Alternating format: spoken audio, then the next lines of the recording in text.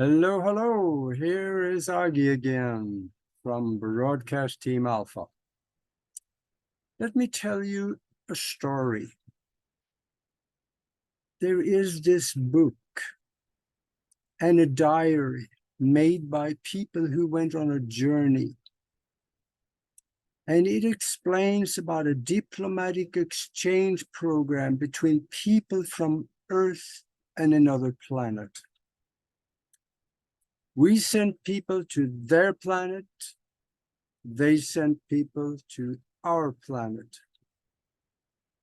And this lasted for several years. Diplomatic, yeah. On the extraterrestrials part, I think it was so. It was probably more of a technologically spying mission on our part, because the people that were sent from Earth, they were all military people.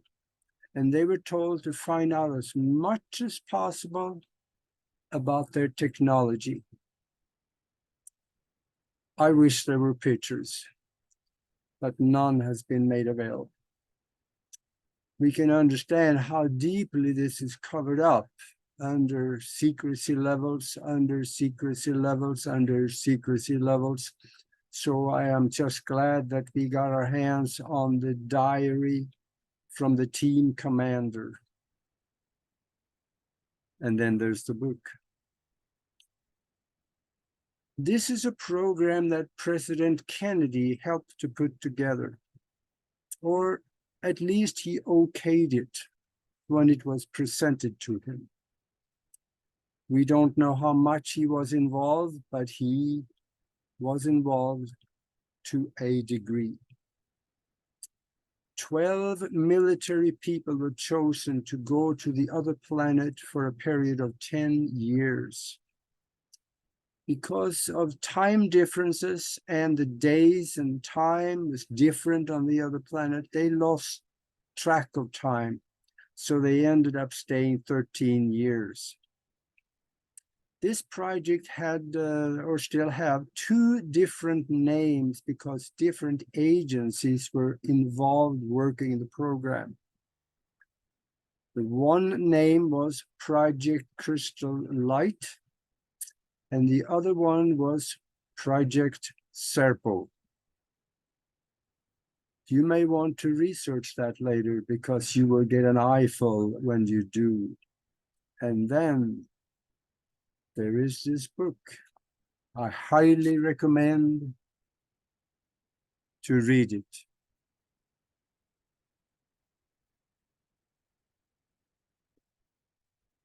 The exchange that happened in the time period between 1965 and 1978. But the whole story and what led up to the exchange of the people between the 2 planets started in 1947 when 2 flying discs crashed in New Mexico, one at Roswell and one at Corona. What happened later? After that, it turned into an above top secret exchange of people between 2 governments and their planet and our planet. Their planet was planet Serpo in the Zeta Reticuli solar system. It appears as the ships were brought down and crashed because of a new radar system that was put online at Holloman Air Force Base in New Mexico.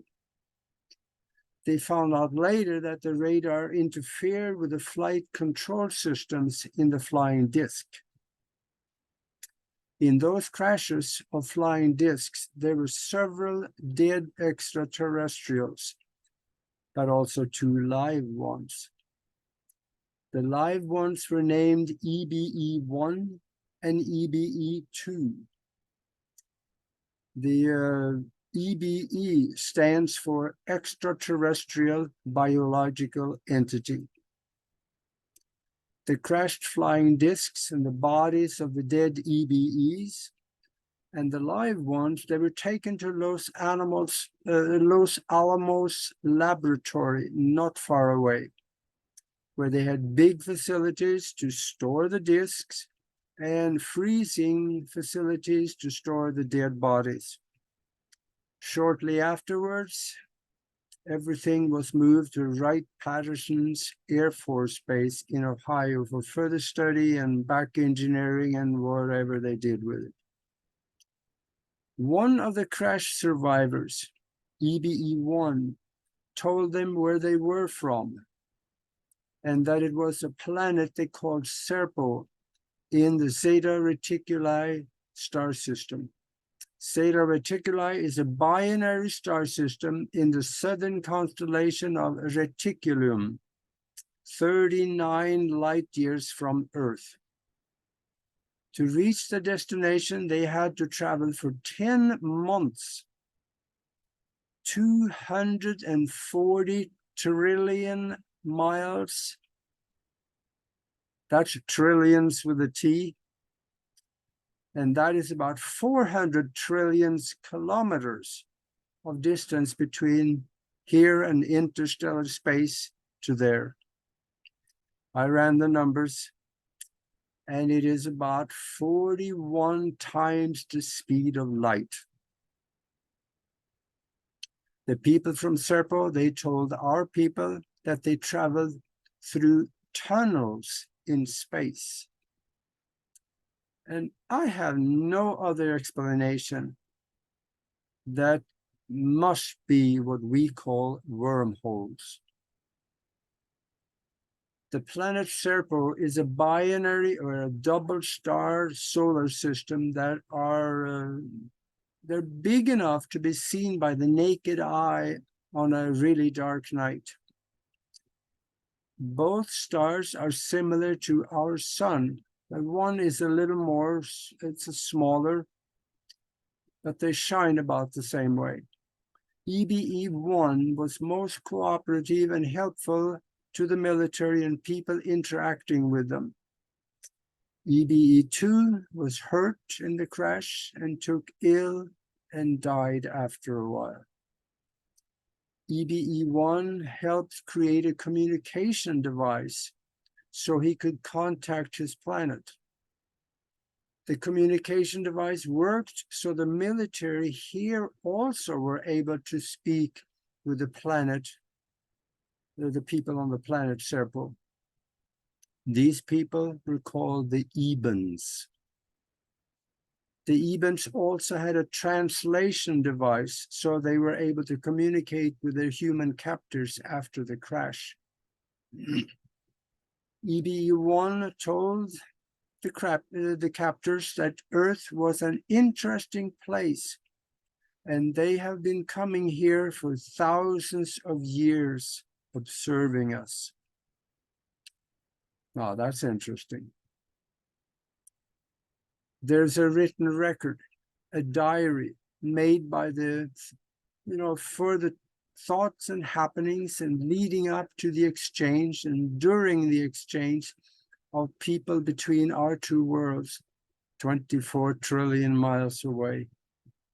This diary was made by the team commander with a few entries by other people also into the book from time to time. It was his personal record of his thoughts, actions, and what they saw and experienced and what they learned on their journey and on the planet. The crew on this journey consisted of 12 people, chosen from a group of 158 considered. They had to be military people because of the familiarity with the kind of discipline they expected to be needed. The crew was put together by one team commander, one assistant team commander, 2 pilots, 2 linguists, 1 biologist, 2 scientists, 2 doctors, and 1 security person. The whole program was directed and overseen by the Defense Intelligence Agency. That's what we call the DIA. But it was chosen to be carried out by the Air Force. And that is interesting. They did not choose NASA. Now, the Air Force ran this program from its Office of Special Investigation. But also, not all people on the team was Air Force. All the information about the exchange of the people between Earth and planet Serpo started to come out in 1983, when an Air Force sergeant, Richard Doty, came out and said Project Serpo was real. It appears that Sergeant Doty was on the inside with direct access to the records, and he did not agree with how it was handled, or should we say, covered up. Something this important should have been conveyed to the people. He contacted Linda Moulton Howe and gave her the information on the first extraterrestrial human exchange program. There is a slightly sad ending to this story, and that is that not all of them who went came back. 2 died on Serpo, 1 died on the way there, and 1 decided to stay on Serpo and not come back. He must have liked it there. The planet Serpo is much like Earth, but warmer. Around the equator and a good distance from there was hot like in Arizona. And I know how that works. There was a constant temperature about 110 to 130 degrees Fahrenheit. And that is 40 some degrees centigrade for you in other countries. But at the higher latitudes, there were lush forests and grass and wildlife and much green, just like Earth. The first scheduled exchange of people was set for April 24, 1964. Everything was set. The people were ready. 45 tons of equipment, supplies, and things to go with our people to Serpo was all set to go. When the events landed, exactly on the time that they had told us, they came with 2 big ships, really big ones, bigger than anything that we have flying. There was a greeting party, a ceremony. There was an exchange of gifts. One of the gifts we got, this is really interesting. One of the gifts we got was called the Yellow Book. And I will get into this one a little bit later into this, because that is important. When they came, cameras were rolling, everything was recorded.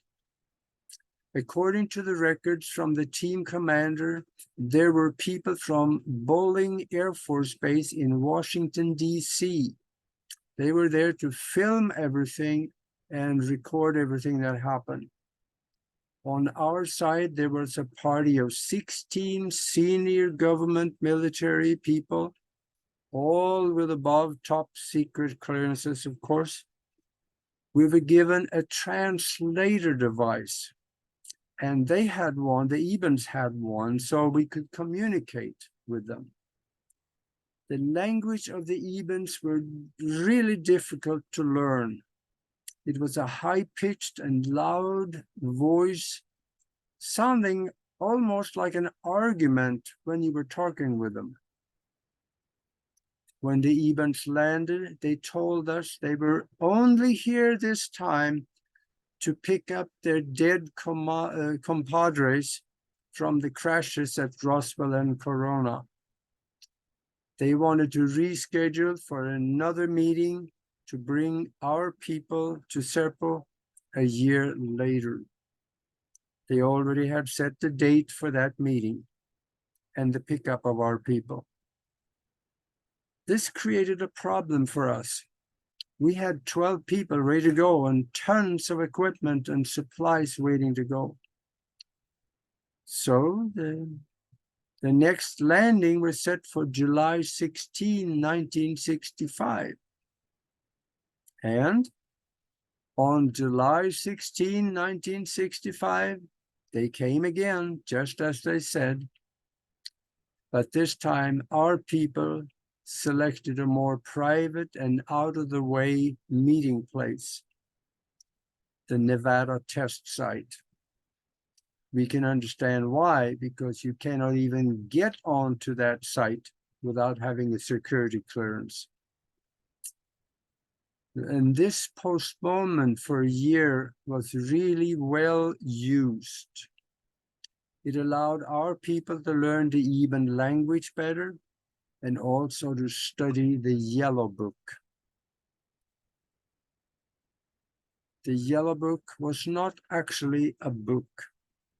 It was a transparent block of unknown material. It was about a foot wide and just a block. And the fact that the Ibans gave us this Yellow Book indicated to the people there that the Ibans were our friends. You could talk to the book, and it would answer in form of sound or holographic images that came out of the block, and you could look in it. And also, it could show pictures on the surface of the block.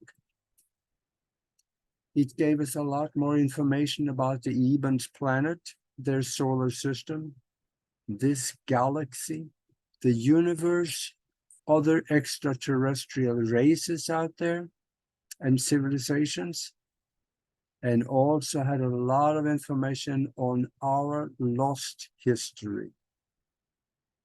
This Yellow Book was later translated into English by another EBE2. And I'm sure it is now in the hands of the CIA for them to know and tell us lies. This whole project was initiated by the people at Los Alamos, who held EBE1 and EBE2, you know, the crash victims from Roswell and Corona. They are the ones who first suggested an exchange because the Ibans wanted their dead friends to come home to their planet.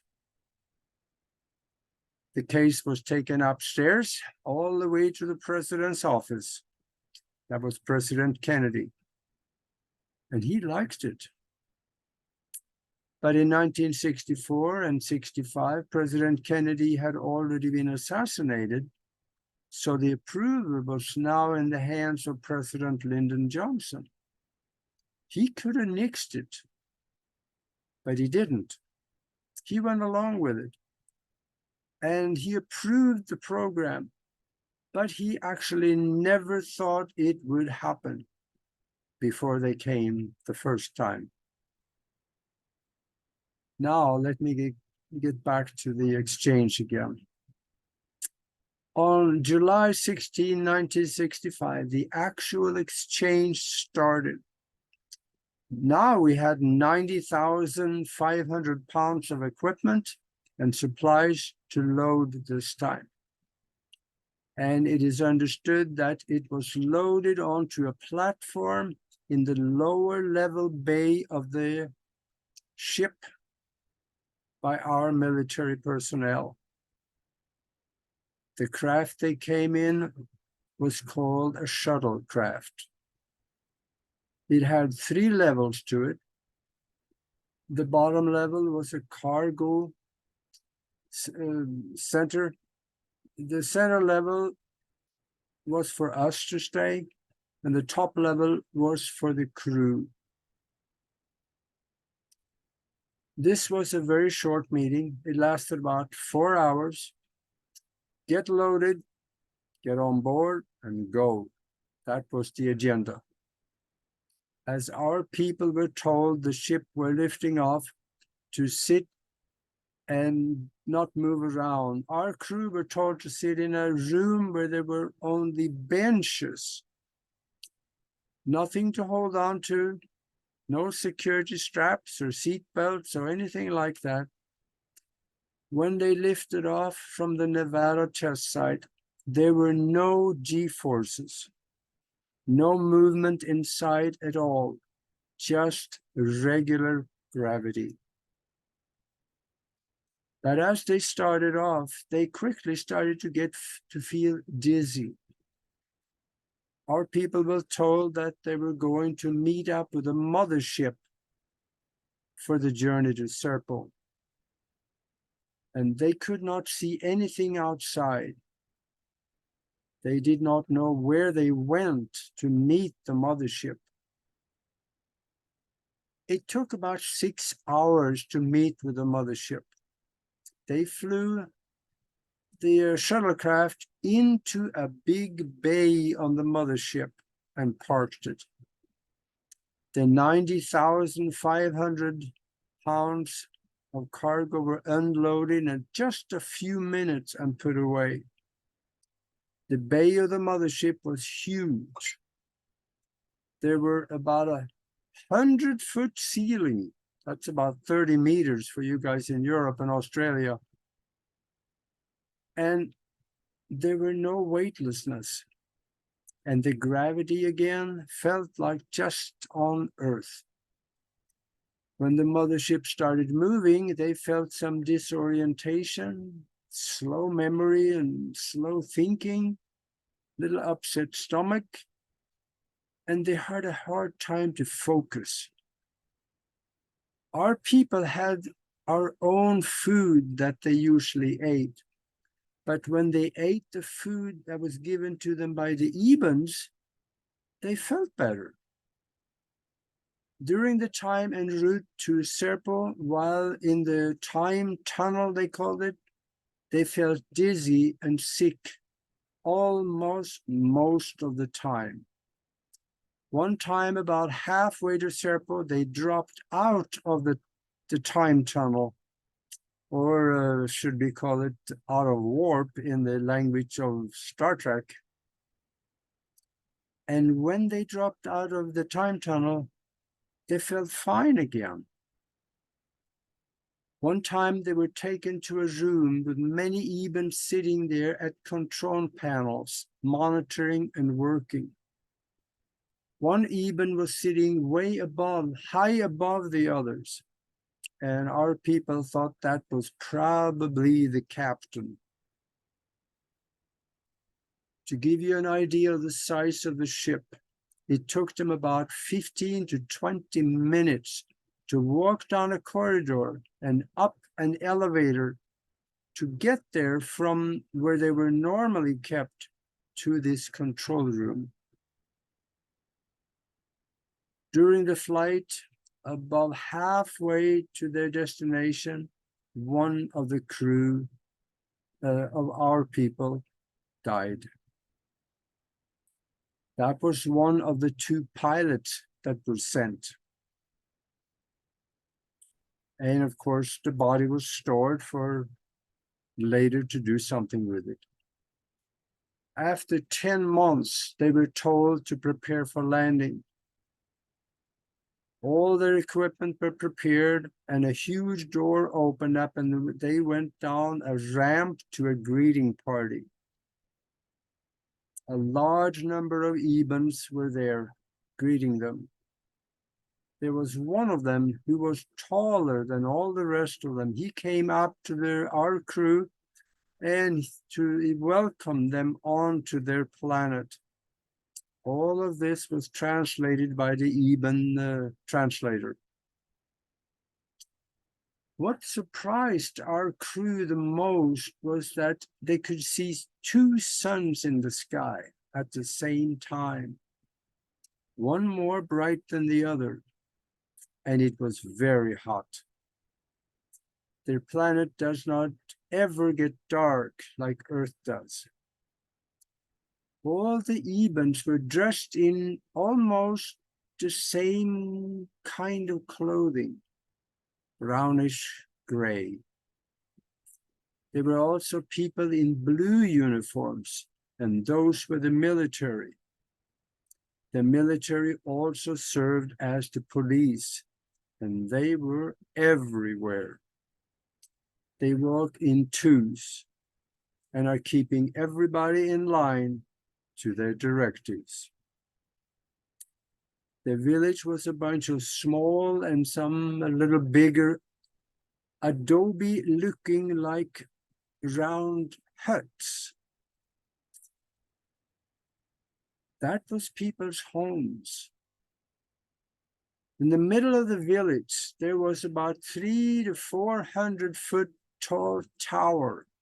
That's about 100 meters.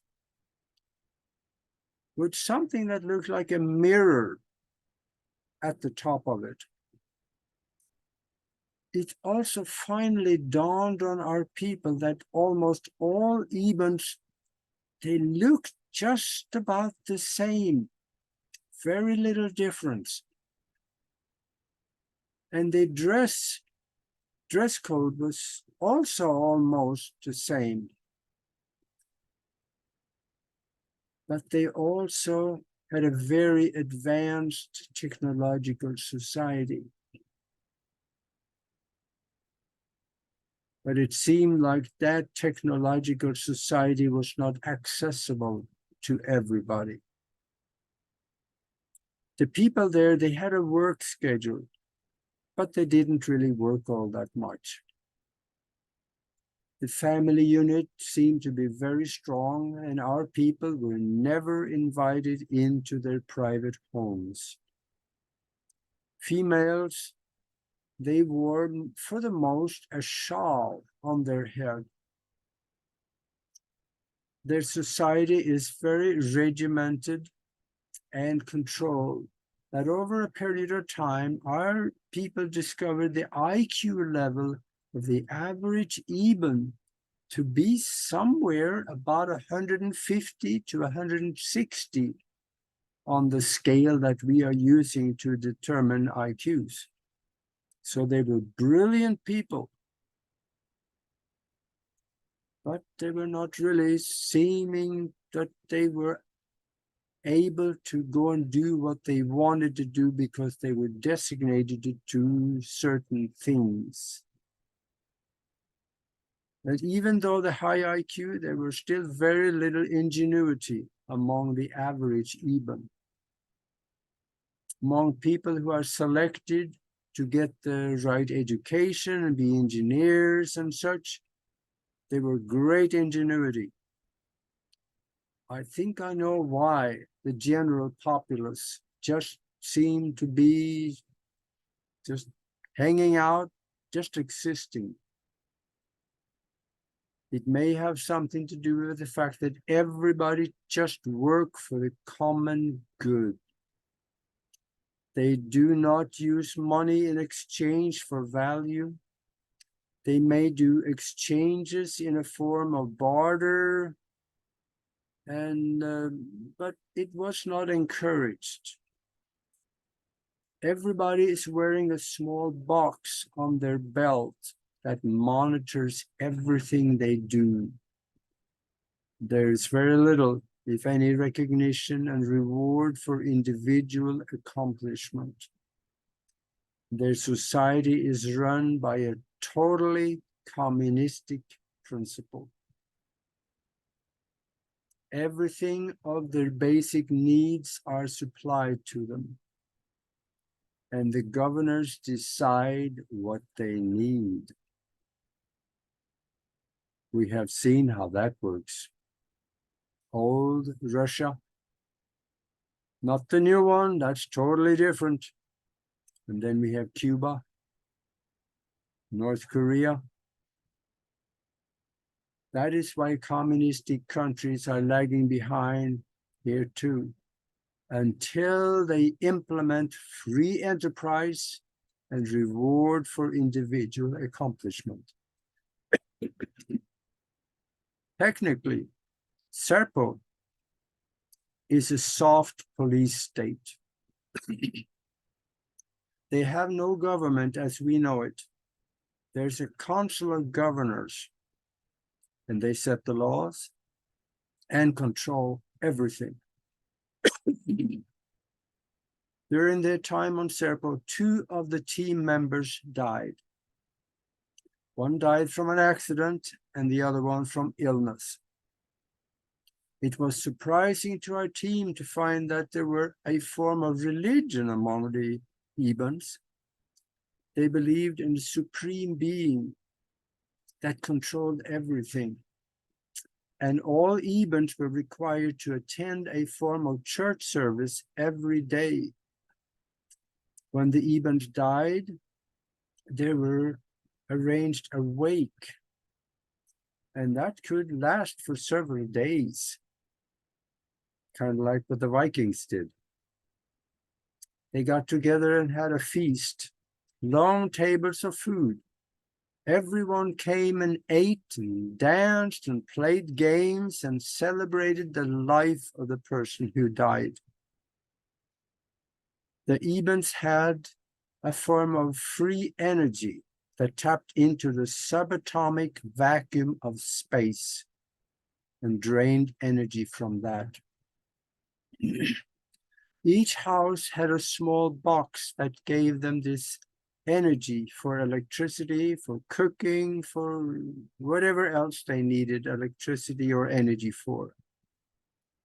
The people at Los Alamos, they already had one of those energy devices in 1947 that they retrieved from the crash at Roswell, but they could never figure out how it worked. And our team brought back 2 more of these energy devices for research.